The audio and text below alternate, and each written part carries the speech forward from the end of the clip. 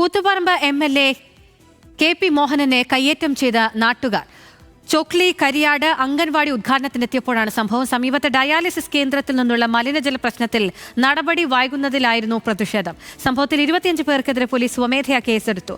Police കേസെടുത്തതിനാൽ ഇനി പരാതി നൽകുന്നില്ലെന്ന് KP Mohanan പറഞ്ഞു.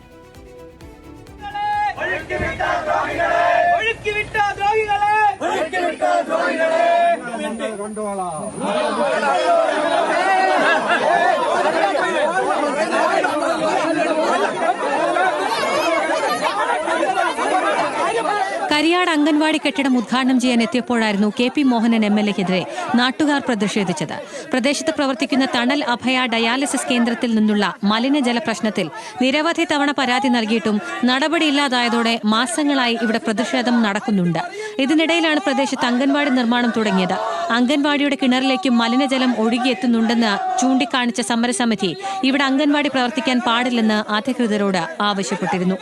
ആര് കൂട്ടുനിന്നാലും ഏത് രാഷ്ട്രീയക്കാർ കൂട്ടുനിന്നാലും കൗൺസിലർമാർ കൂട്ടുനിന്നാലും ഞങ്ങൾ ഇതിന് സപ്പോർട്ട് ചെയ്യൂല. കാരണം ജനപ്രതിനിധികളാണ് അല്ലാണ്ട് ഡയറക്റ്റ് ഗവൺമെന്റ് അംഗീകരിച്ച ആൾക്കാരല്ല. ഇന്ന് ഒരുത്തം വരും, നാളെ വേറെ ഒരുത്തം പോകും. ആ ഒരു സിറ്റുവേഷനിൽ ഇങ്ങനെ വരുന്നവർ കൂട്ടുനിൽക്കുക എന്ന് പറഞ്ഞാൽ ഇത് നാടോട് ചെയ്യുന്ന ഏറ്റവും വലിയ ദ്രോഹമാണ്. അംഗൻവാടി ഉദ്ഘാടനം ചെയ്യാനെത്തിയ KP മോഹനനെ പ്രതിഷേധക്കാർ തടഞ്ഞു. പ്രതിഷേധം വകവയ്ക്കാതെ MLA മുന്നോട്ട് നീങ്ങിയതോടെ സ്ഥിതി വഷളായി.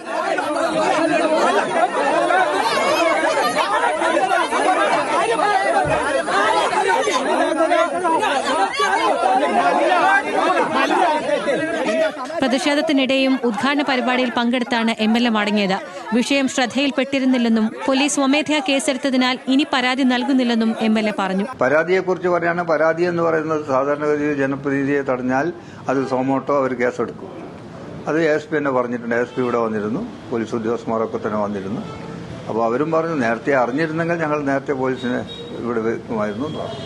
സംഭവത്തിൽ കണ്ടാൽ അറിയാവുന്ന 25 പേർക്കെതിരെ പോലീസ് കേസെടുത്തു. ജനാധിപത്യ വിരുദ്ധമായ പ്രതിഷേധമാണ് നടന്നതെന്നും പ്രതിഷേധാർഹമെന്നും LDF കൂത്തുപറമ്പ് നിയോജക മണ്ഡലം കമ്മിറ്റി വിമർശിച്ചു. പാനൂരിൽ LDF പ്രതിഷേധ റാലിയും സംഘടിപ്പിച്ചു. ന്യൂസ് മലയാളം, കണ്ണൂർ.